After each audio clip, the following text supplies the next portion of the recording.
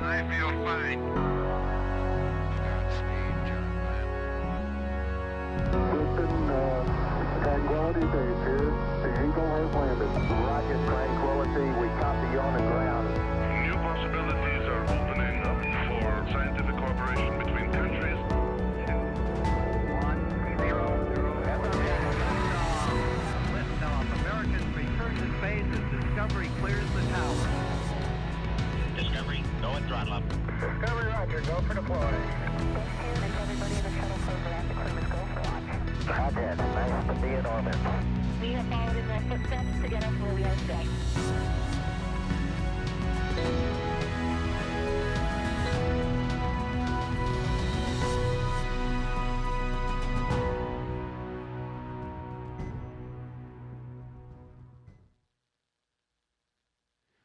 All right, welcome everybody back to the Kennedy Space Center. We are here celebrating NASA Social and the launch of NASA's SpaceX Crew 3 mission.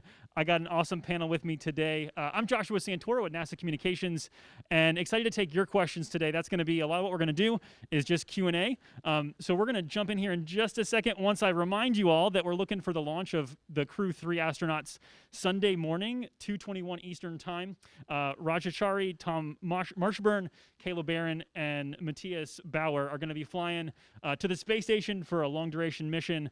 Super exciting. Coverage will kick off 10 p.m. Saturday Eastern Time for that mission. I'm going to go ahead and jump in here with my guests. On my right, starting here, is Bob Cabana. And the theme, I think, is newly promoted. Can I use the word promoted? Does that work? Yeah, I guess it's a promotion. Okay, newly promoted Bob Yeah. Cabana to the Associate Administrator for NASA.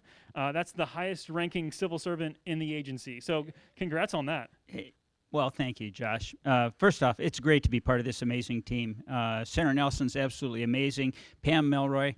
Be nice to the people that work for you, because one day you might work for them. Pam was an astronaut candidate when I was chief of the astronaut office, and she's amazing. I think we got a great team. But it's really nice to come home to Florida, too, here supporting the Crew 3 launch. Awesome. And on your right is Cullen Manning, also newly promoted to the Deputy Center Director here at Kennedy. Kelvin, thanks for joining us.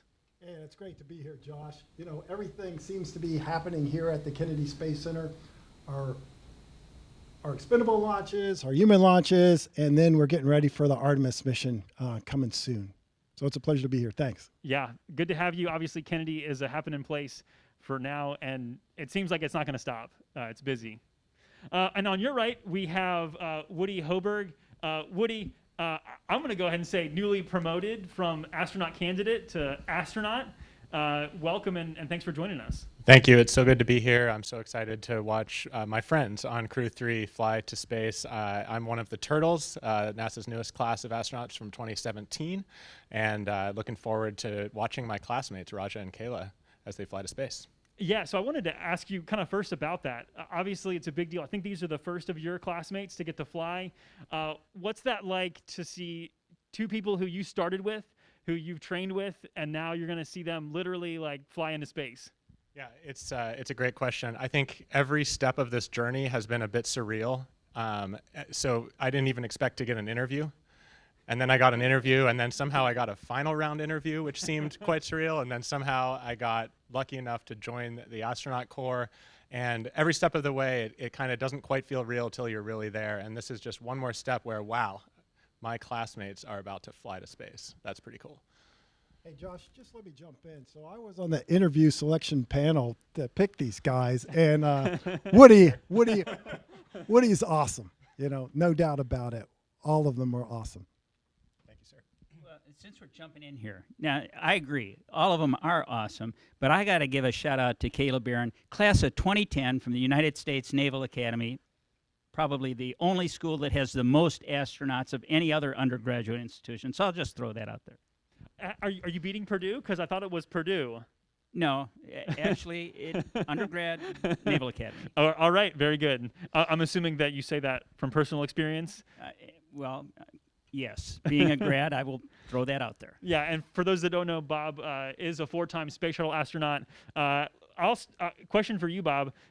What's it like to not be the guy on the rocket? Because I'm still expecting at some point you're going to pull like a no. John Glenn and still hop on another one and get into space again. So John Glenn is definitely my hero. He was 77 when he flew his last flight, so I got a few good years left. I'm looking forward to hopefully having that happen. No, and the hardest job I had when I was chief of the astronaut office was assigning other people to fly in space and going out to the launch pad with them. When you have some of your closest friends on that rocket, on that ball of flame, going off into space, I mean, my heart's going like this. It's an emotional event. It's so much easier to fly than watch your friends do it. But it truly is an amazing event. So if I had a choice, I would love to be on that rocket. But my hearts and prayers are with these guys going up here early Sunday morning, and I know they're all going to do an awesome job.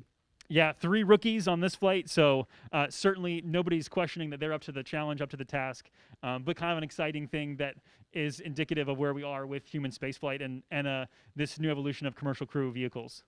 Well, and I want to point that out. Commercial crew program is absolutely amazing. There are 4 astronauts on this crew going up. We've increased the number of astronauts that we have on the space station now for these increments, now that we have commercial crew flying. And that increases the amount of science that we can do. That increases the amount of engineering we can do to prove the systems that we need to be able to go to the moon in a sustainable way, to go onto Mars eventually. So this is really important that we have this successful commercial crew program. And what we really want to do is commercialize low Earth orbit and become one of many customers rather than being responsible for the whole thing, so that we can focus on that hard job of establishing a presence in our solar system off our home planet. Awesome. Yeah, well said, well said. Going to questions we've gotten here, so please feel free to send your questions in if you're watching online. And this one for all 3 of you. Kelvin, we'll start with you. What's your favorite launch experience? So whether it be on a rocket or watching a rocket or a otherwise vehicle take off into space, Kelvin, what's your favorite launch experience? Well, Josh, I have to think back to the shuttle days when I was the flow director for the Space Shuttle Atlantis. My very first launch as flow director, I was the right-hand man next to the launch director, and following that flow to completion and watching it launch, and then when the crew returned, it doesn't get any better than that. Yeah, so start to finish, you were there, front seat the whole time. Absolutely. That's awesome. All right, Woody, how about for you? Obviously, I know you're probably thinking ahead to when you get to fly, but so far, what's your favorite launch experience? I've actually seen exactly 1 launch in person so far, which was the launch, the Crew 2 mission. So the mission before this, I was lucky enough to be out here at Kennedy and watch it in person. Like this launch will be, it was a night launch, and it was spectacular. We were able to witness staging.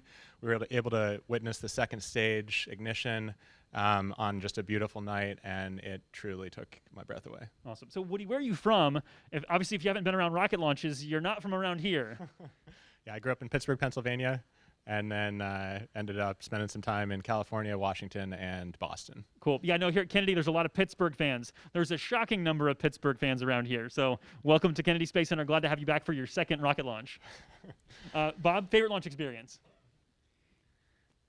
I have so many. I was privileged as a midshipman at the Naval Academy to come down here on a physics honor society. Took a field trip down. I got to see Apollo 13 launch, and to see a Saturn V take off, that was special. The first shuttle launch that I saw was actually my first launch, and that was pretty darned amazing. I think the shuttle, the Falcon 9, it lifts off very majestically. The shuttle just got up and left town with those solids. And I tell you what I'm really looking forward to is the launch of SLS and Orion on Artemis 1, seeing that big rocket stacked up over in the VAB.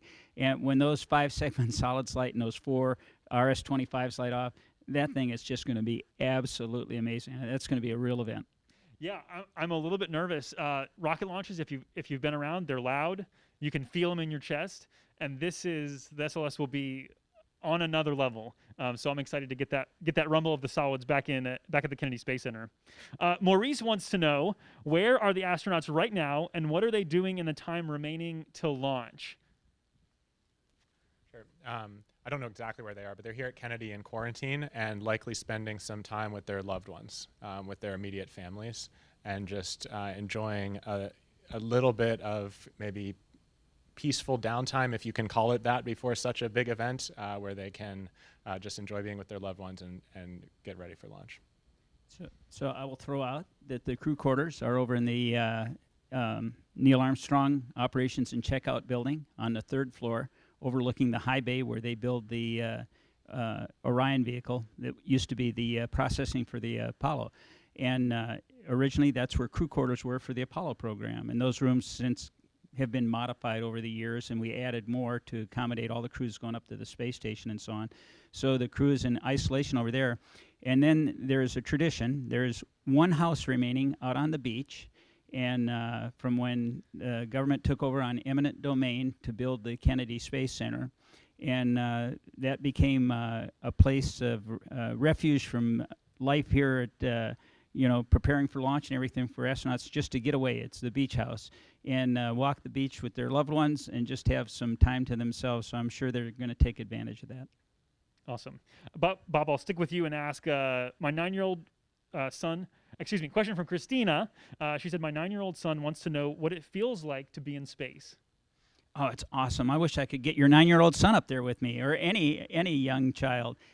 Weightlessness is just, it is so amazing. It's just effortless, and you adapt so readily. It's amazing how quickly the human body adapts to microgravity and then readapts to 1G. And the amazing thing is, the more times you fly, the quicker you have that adaptation both to 0G and back to 1G. But it's effortless. It is so fun. But the best thing about being in space is sticking your nose up to a window and looking down on the Earth from a couple hundred miles high. It is just an absolutely beautiful blue jewel of a planet. Yeah. Kelvin, question for you. Why is launch at 2:21 a.m.? We'd all love to get a little bit more sleep. So what's going on there? And is it safer to launch during the day? Well, the launch window is determined by what the mission is. In this case, it's a rendezvous with the International Space Station. So orbital mechanics, I could tell you a little bit about that from my Air Force days, but to make that all happen at this particular time, that's what's driving that nighttime launch. Is it safer to launch at daytime versus nighttime? In the event you did have some type of a contingency, the rescue effort would be much easier during the daytime. So yes, but we're practice, train, rehearse, so we can cover that contingency at nighttime as well. Yeah, very good. A couple questions for you, Woody. First one, what inspired you to be an astronaut? And it sounded like you got the interview on your first try. Is that true? Yeah, I was lucky enough to get the interview my first try. It's kind of funny. I remember as a young child having dreams and aspirations of becoming an astronaut. And then I remember kind of as I finished up graduate school, I got so involved and just deeply committed to all the things I was working on that frankly, I kind of forgot about that aspiration for a little bit. And then a friend of mine, we were working out, and he was the one that told me, hey, there's a call out for astronauts to apply. We should apply. And I said, yeah, that is a thing I always wanted to do. Let's apply. But it's funny, when I threw my name in the hat for that application process, I never expected to actually get an interview. It just felt like this impossible dream. And so I feel so lucky to have had the chance to even to come interview, because what a fun process that is. And then beyond that, to actually get the job. Is there something, sorry, Kelvin, I'll come back to you in a second. Is something that inspired you, like that made you have that desire, or was that just like you were young and that's what you remember? Growing up, I always loved things that fly. I built model rockets as a young child. I loved airplanes. I always wanted to fly airplanes.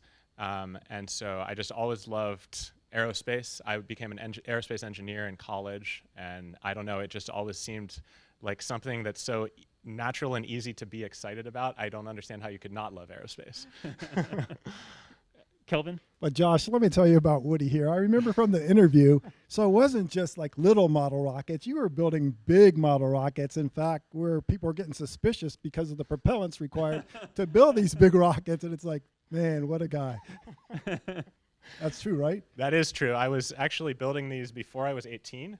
And they were so large at the time, you needed from the ATF, the Bureau of Alcohol, Tobacco, and Firearms, you needed a low explosives permit in order to have the propellants that we were using in these rockets. And I wasn't 18, so I couldn't get the permit. So my father was kind enough to help me out, get a permit for us, and we were able to pursue this amazing hobby. So for anyone interested in rocketry, the Tripoli Rocketry Association is an amazing organization where you can go out and build large rockets, and it's an amazing community to be a part of.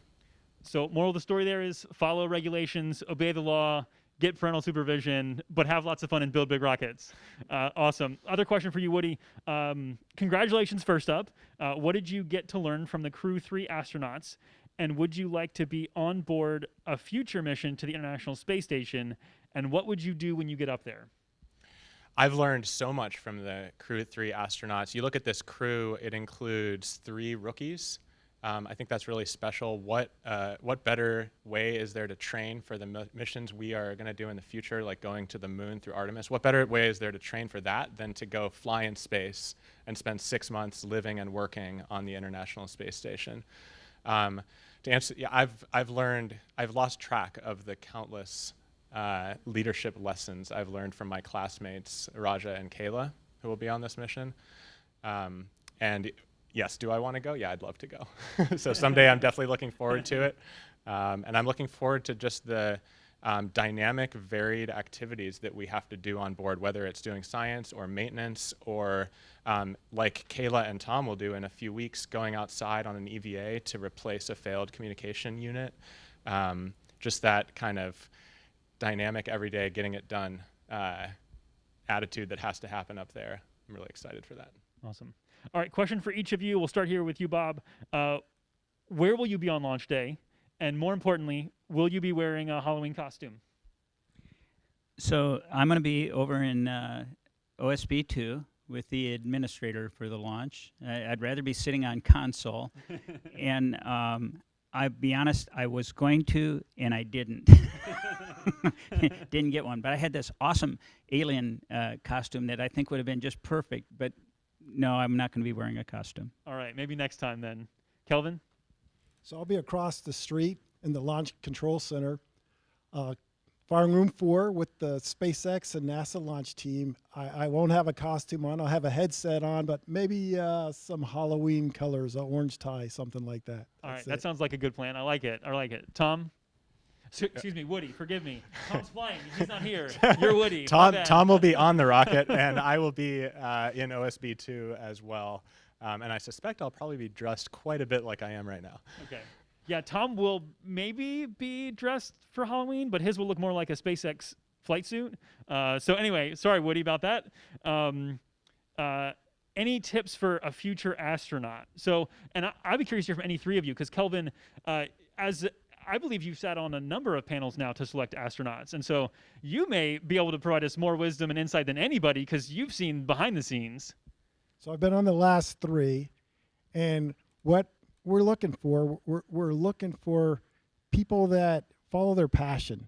You know, of course, you got to have the smarts, you got to have the education, but the thing that a lot of people don't really think about, they don't think about you know, doing things that they love, hands-on, just being that all-around good person.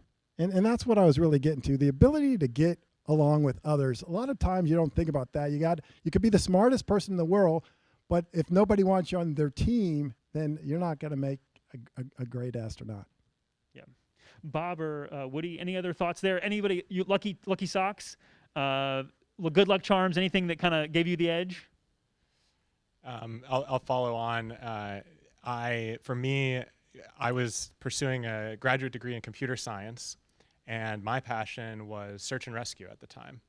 And I wanted to be off doing search and rescue missions, and so I worked for Yosemite Search and Rescue. And I bring it up because at the time, many of my most trusted mentors in academia advised me not to do it, because they told me that it was going to distract me from the important career in academia that I was pursuing. But I just really wanted to do it. And I am so glad that I did, and so grateful to be here now in an organization where, for the first time actually in my entire career, these sort of 2 sides of me, a very technical side and a very operational side, have been truly valued, both sides. That's so special, and it's such a big part of what makes human spaceflight possible, whether it's as an astronaut or a flight controller or any of the countless people that contribute to our mission here. So I'm going to pile on to what Kelvin said. You know, we look for people that excel in their field, having sat on a number of boards. But you have to be a team player. And that is absolutely, we look for those skills. We look for folks that not only do well in their field, but they also have an operational background, that, you know, they've got some hands-on work that they can apply. One of my favorite stories is Don Pettit. You ask, how do you be an astronaut? First off, I say, you got to be persistent. Don't give up. You know, I didn't get anything that I wanted to necessarily on the first try, but I was persistent and kept trying. Don got picked on his 5th try, but when Don was, I think he was like 9, 10 years old, his brother went to the junkyard and brought home an automatic transmission for him to take apart and figure out how it worked. But, you know, having hands-on skills along with your learning and being an expert in your field and a team player, it's a lot to ask, but that's what we're looking for. And having done things in an environment where, you know, when you do something, when you make a bad decision, bad things can happen. You know, you climb mountains, deep sea diving, flying airplanes, whatever. So having that background helps also. I'm so glad I got picked when I did. I wouldn't have been competitive in Woody's class, I don't think. Yeah, I think for Woody, your class, I think like 15,000 people applied. Yeah, I think the number I remember is 18,000. It was definitely a big pile. Yeah. And that's why I say I truly didn't think I would even get an interview. Yeah, awesome. So we got a question here. Thank you for answering our questions. I'm a senior in high school and was wondering if there's a specific area of study I should focus on if I want to become an astronaut one day. So we obviously have some military background. We've got computer science, but what else do we have? So first off, to be an astronaut, you have to have a technical degree. Math, engineering, or one of the physical sciences. But I would tell you exactly what Woody and what Kelvin said. You got to follow your passion. If you're doing something you're passionate about, 2 things happen. First off, studying's easy. You study because you want to study. You get good grades because you're passionate about it. And then when you do get a job, work's not work. My passion was flying. I wanted to fly airplanes, and that I pursued that goal. And then I wanted to be a test pilot and use all the math and engineering I had in school along with flying. And that's what prepared me to be an astronaut. It wasn't, you know, I never dreamed I could be an astronaut. I held astronauts in such high esteem, but it was a progression from being a pilot to a test pilot that enabled me to be an astronaut. I kind of had that in the back of my mind when I saw Apollo 13 launch, but, you know, making it happen, that's another thing. So I tell folks, that far out goal is kind of hard to reach, but there are intermediate goals that you can work toward. Work toward those intermediate goals. When you achieve it, then set a new one that gets you on that path you want to be on. But follow your passion, like Woody said, man.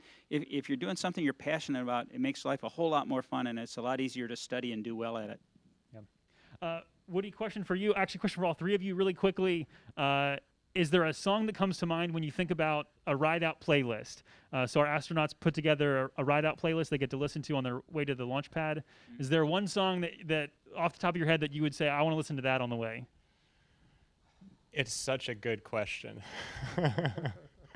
There are so many. There's so many options. Man, I remember some climbing trips listening to Darude. Have you heard of this band? I haven't. Great band. I think that could be some fun ride-out music, but I need to think more about it. What's the genre?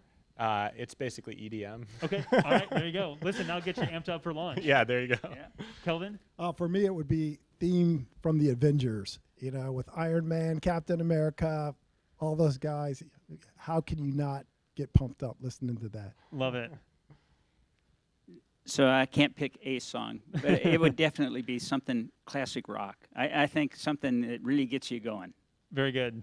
All right, gentlemen, we're about out of time. Really quickly, we have just a minute left. Want to get any final thoughts from the 3 of you? Bob, I'll start with you, and we'll just go down, again, trying to be a little bit quick here to wrap up. So it's awesome being part of this amazing team. I want all of you to come and be part of this. I want to get everybody in America down here to see a rocket launch and see the amazing things going on at NASA. All I can say is, you know, go Crew 3, go Dragon, go Falcon 9. It's going to be awesome. Can't wait to get these guys safely on orbit to the ISS. Hey, when I was a kid, I didn't know anybody that looked like me, that worked for NASA, but NASA is the best place to work in the federal government for the last 9 years in a row.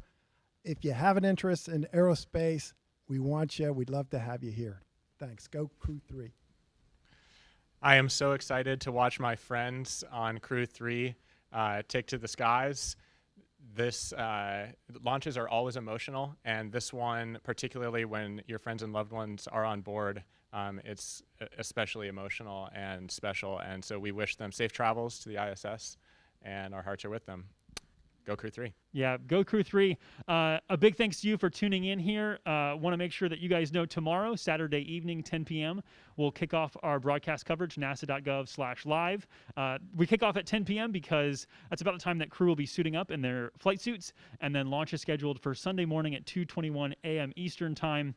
So I hope that you'll watch. I hope that you'll tune in. If you're in the area, step outside and watch. I know it's early in the morning, but it is beautiful. And there are humans that are defying gravity to get to space station and advance science for the benefit of all mankind, all humanity. Appreciate you tuning in. Until next time, have a good one.